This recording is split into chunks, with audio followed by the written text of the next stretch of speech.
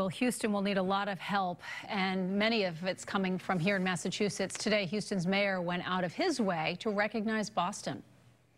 I want to thank Mayor Martin Walsh out of Boston because he's sending down some high water rescue equipment and vehicles, and I thank him for that.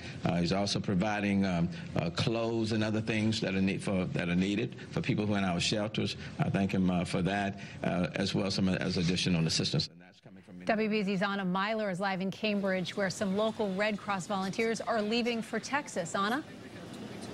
And Kate, two of those volunteers are leaving shortly. They're driving this Red Cross emergency response vehicle to Houston.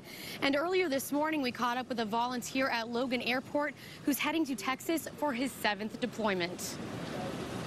I'm just the average Joe. I just want help wherever I can.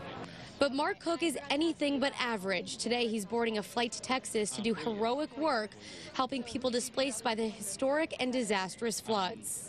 My deployment's for about 2 weeks, and I hope to help as many people as I can. I know there's a lot of devastation down there. The Middleborough man is heading to San Antonio to supervise a shelter where a growing number of people are turning for a place to sleep and for food to eat. Well, it's a chance to help people that I don't know.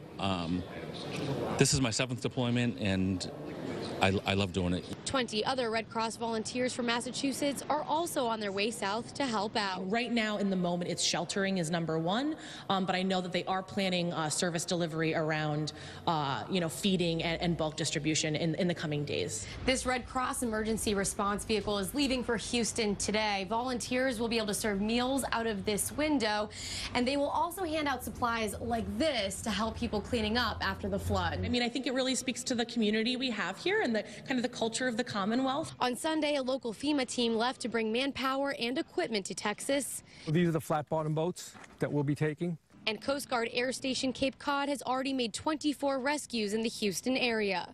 Cook says this is how you can help. Just want to ask people to pray for the victims down there. And if you're interested in making a donation, you can simply send a text message to 90999 to automatically donate $10 that will go directly to disaster relief in Texas. Reporting live in Cambridge, Anna Meiler, WBZ News.